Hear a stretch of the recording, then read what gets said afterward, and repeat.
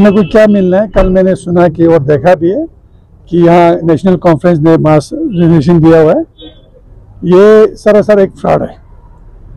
जैसे कि वो अभी अपने घर के अंदर जो प्रॉब्लम है, जो इनके गठबंधन में जो प्रॉब्लम है, वो कौम के नाम वो दिखा के लोगों को गुमराह कर रहे हैं। मैंने कल जनाब कमर अली आखुन साहब का सुना वहाँ पर कि वो हम कौम के खातिर दिया है। ये कौम के खातिर नहीं दिया है, ये कांग्रेस को धोखा दे रहा है, ये महागठबंधन को धोखा दे रहा है और करगिल की आवाम को भी धोखा दे रहा है। ये उमर अब्दुल्ला, फारूक अब्दुल्ला और यहाँ के डिस्ट्रिक्ट के जो भी हैं, इनकी मिली भगत से हुआ है। ये इसलिए नहीं हुआ है क्योंकि ले वालों ने उनको प्रेशर लगाया कि भाई आप यहाँ हमारे साथ साथ दे दो, क्योंकि गठबंधन में है, आप हमको वोट क्यों नहीं दे रहे हैं। तो उमर अब्दुल्ला को वहाँ से चिट्ठी लिखना पड़ा इनके लिए कि भाई ये गठबंधन को जो है हमारे गठबंधन के साथ है, कांग्रेस मैंडेट को आप साथ दे दो। तो इनके लिए कोई रास्ता नहीं मिला क्योंकि ये यहाँ से कांग्रेस को वोट देना नहीं चाहता है। तो इसीलिए लोगों को बेवकूफ़ बना रहा है और कांग्रेस लेके कांग्रेस को भी बेवकूफ़ बना रहा है और गठबंधन को भी बेवकूफ़ बना रहा है। वही बात कांग्रेस की, आज तक 15 साल से कांग्रेस ने कभी नेशनल पार्टी, नेशनल कांग्रेस को नेशनल मैंडेट पर कभी वोट नहीं दिया, कभी वोट नहीं दिया, क्योंकि इनका जो मैंडेट है वो सिर्फ करगिल के गलियों तक ही महदूद है। और जो कांग्रेस की यहाँ की पार्टी है वो कांग्रेस के मैंडेट को जो है यहाँ पर सिर्फ अपने गालिब के सियासत करने के लिए मिसयूज कर रहे हैं। इससे ऊपर कभी नहीं किया। और 15-20 साल से जो है करगिल का जो कांग्रेस का जो वोट है वो कभी नेशनल मैंडेट को कभी नहीं दिया। ये सिर्फ एक गेम खेल रहा है और आज जो रिजाइन दे रहा है वो कौम के नाम दे के लोगों को बेवकूफ़ बना रहा है।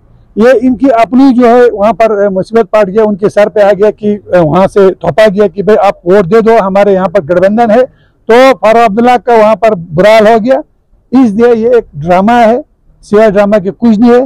कौम के लिए इन्होंने कुछ भी नहीं किया है। आज जो कैंडिडेट निकाला है इन्होंने, किस तरीके से निकला और करगिल वाले कितने खुश है उस कैंडिडेट से, वो सब कुछ जानते हैं। अगर ये कौम के लिए करता तो आज उसमें बीजेपी भी शामिल करता वो लोग, क्योंकि बीजेपी भी उस कौम के एक फर्क है। सबको मिली भगत करके, सबको मिलजुल के अगर कौम के लिए करता, करगिल के लिए करता, इस्लामिया स्कूल को भी बुलाता, IKMT को भी बुलाता, अंजुमन सरजमान को बुलाता। ये प्रेस कॉन्फ्रेंस से पहले शुरुआत में उन्होंने बात किया कि ये कांग्रेस और नेशनल कॉन्फ्रेंस का कैंडिडेट है और हम दोनों ने फैसला किया है कि चाहे कांग्रेस का मैंडेट आए या ना आए, यही हमारा कैंडिडेट है।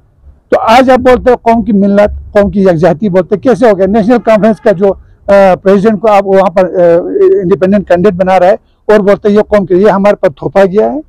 लेकिन इसके लिए हम, ये कौम का कभी यकजहती की बात नहीं है, ये थोपा गया है। तो हाजी साहब, करगिल बीजेपी के लीडरशिप कितना तैयार है इस चैलेंज? हम बिल्कुल चैलेंज को हम तैयार है, बिल्कुल 100% है और हमें पूरा उम्मीद है हमने अपने कैंडिडेट को जितवाना है। तो जो विकास हुआ है करगिल में, जब से यूटी बना है लद्दाख में, तो उनको भी मद्देनजर रखते आप कैंपेनिंग करेगा सर? बिल्कुल करेगा, वही तो हमारा मुद्दा है। हमने इतना विकास किया है जो 70 साल से नहीं हुआ, इसी 5-10 साल में हुआ है। उसके लिए कोई मना नहीं कर सकते। हमारे पास सबूत हर जगह, हमारे घर गली में, हर चौकट पर जो हमारा कितने डेवलपमेंट हो गए सबूत है वहाँ पर।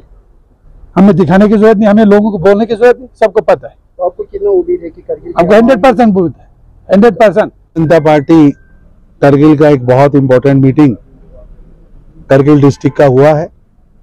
हमारी सारी सीनियर लीडरशिप, अनायत अली साहब, अली साहब, चंदन जी, सभी कॉरपोरेटर, सभी ऑफिस बेयरर्स, हमारे इंजीनियर साहब, सब वहाँ बैठे और सब ने मिलकर प्लानिंग की है। भारतीय जनता पार्टी को यहाँ से विजयी करना है और हमारे कैंडिडेट ताशी जी के लिए एक अच्छी योजना बनाई गई है।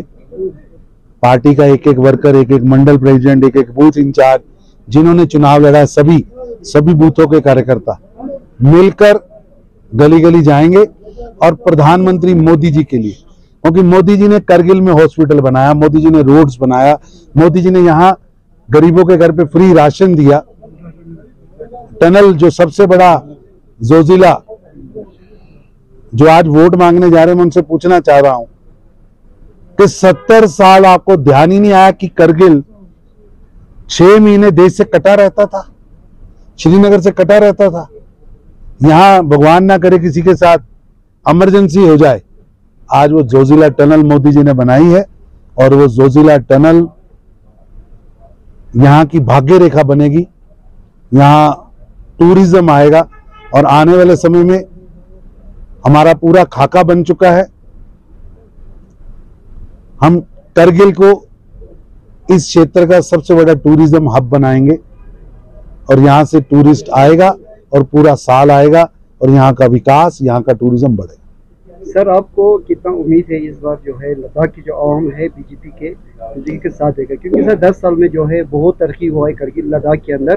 तो सर एक करगिल का पुराना डिमांड है करगिल एयरपोर्ट, जोजिला का भी हो गया सर, उसका थोड़ा बताएं। ऐसा है कि कारगिल एयरपोर्ट भी और यहाँ पर शटल हेलीकॉप्टर, ये दोनों योजनाएं फाइलें तैयार हैं। चुनाव के बाद जल्दी ही इस पर काम होगा और हमारी कमिटमेंट है, हम इसके लिए काम में लगेंगे। जैसे पहले लोग कहते थे कि जोजिला नहीं बनेगा, मोदी जी वैसे ही कह रहे हैं।